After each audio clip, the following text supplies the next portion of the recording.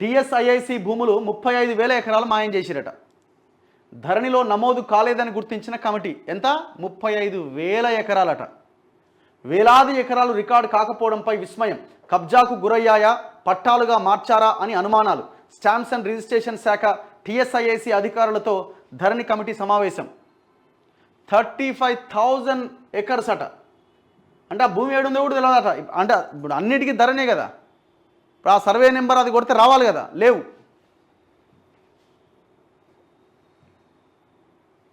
ఇగో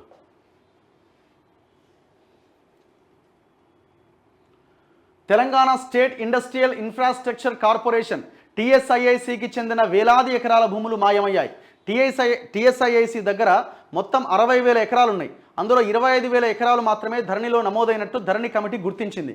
మిగిలిన 35,000 ఎకరాలు ఏమయ్యాయనే దానిపైన ఆరా తీస్తోంది. ఈ భూముల లెక్కలు తీసి పోర్టల్లో అప్డేట్ అయ్యేలా చర్యలు తీసుకోవాలని సర్కార్ నిర్ణయించింది.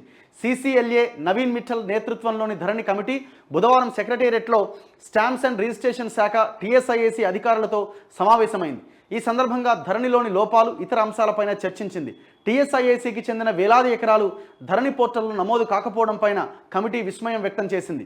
ఆ భూములు కబ్జాకు గురయ్యాయా లేదంటే పట్టాలుగా మార్చారా అని అనుమానాలు వ్యక్తం చేసింది. ఆయా భూముల వివరాలు సేకరించాలని సంబంధిత అధికారులకు సూచించింది. ధరణితో ఐజీఆర్ఎస్ లింక్. ధరణి పోర్టల్లో జరిగే అగ్రికల్చర్ భూముల రిజిస్ట్రేషన్లకు స్టాంప్స్ అండ్ రిజిస్ట్రేషన్ శాఖ ఆధ్వర్యంలో సబ్ రిజిస్ట్రార్ ఆఫీసుల్లో జరిగే భూ లావాదేవీలకు సంబంధం లేకపోవడంతో పెద్ద ఎత్తున గోల్మాల్ జరిగినట్లు ధరణి కమిటీ గుర్తించింది. ఈ నేపథ్యంలో ధరణి పోర్టల్ను స్టాంప్స్ అండ్ రిజిస్ట్రేషన్ శాఖకు చెందిన ఐజీఆర్ఎస్ వెబ్సైట్తో లింకప్ చేసేలా ప్రభుత్వానికి సిఫారసు చేయాలని అభిప్రాయపడింది. భూ లావాదేవీలకు సంబంధించి అటు సబ్ రిజిస్ట్రార్, ఇటు తహసీల్దార్ ఆఫీస్కు సంబంధం ఉండేలా చూడాలని పేర్కొన్నది. సో ఇట్లా నిషేధిత జాబితాలో 11 లక్షల సర్వే నెంబర్లు ఉన్నాయట. 11 లక్షల సర్వే నెంబర్లు అంటే ఒక్కొక్క సర్వే నెంబర్లో ఉన్న భూములు అంటే దాదాపు ఒక 50 లక్షల ఆ పైన ఎకరాలకు సంబంధించిన భూమి మొత్తం 22A కింద నిషేధిత జాబితాలో పెట్టిండు. ఇప్పుడు ఒక 100 ఎకరాలు ఉందనుకోండి, ఆ 100 ఎకరాల్లో 2 ఎకరాలు ఏదైనా డిస్ప్యూట్లో ఉందనుకోండి, మొత్తం సర్వే నెంబరే నిషేధిత జాబితాలో పెట్టిండు. ఇందులో ఎంతమంది రైతులు ఇప్పుడు ఆ 22A కింద పెట్టిన భూములని అమ్మడానికి వీల్లేదు. మొత్తం సామాన్య ప్రజలకు సంబంధించిన భూములు మొత్తం అలా పెట్టేసిండు. ఇక వీనికి కావాల్సినప్పుడు ల్యాప్టాప్ ఓపెన్ చేయాలా, ధరణి పోర్టల్ ఓపెన్ అయిపోతుంది. సోమేష్ కుమారు ఈ దుర్మార్గులంతా కలిసి ఓపెన్ చేసి, ఆడ అమ్మయ్య కుమార్ అయితే రంగారెడ్డి కలెక్టర్గా ఉన్నప్పుడు పెద్ద ఎత్తున గోల్మాల్ చేసిండు.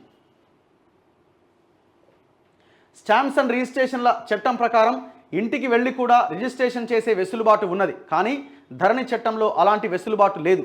అయినప్పటికీ ఇండ్లకు వెళ్ళి రిజిస్ట్రేషన్ చేస్తున్నట్టు ధరణి కమిటీ గుర్తించింది.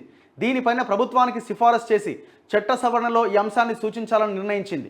దాదాపు 11 లక్షల సర్వే నెంబర్లు ఐజీఆర్ఎస్ వెబ్ పోర్టల్లో నిషేధిత జాబితాలో ఉన్నట్లు కమిటీ తెలుసుకున్నది. భూసేకరణకు సంబంధించి ఇచ్చిన జీవోలు పూర్తి స్థాయిలో లేవని గుర్తించింది.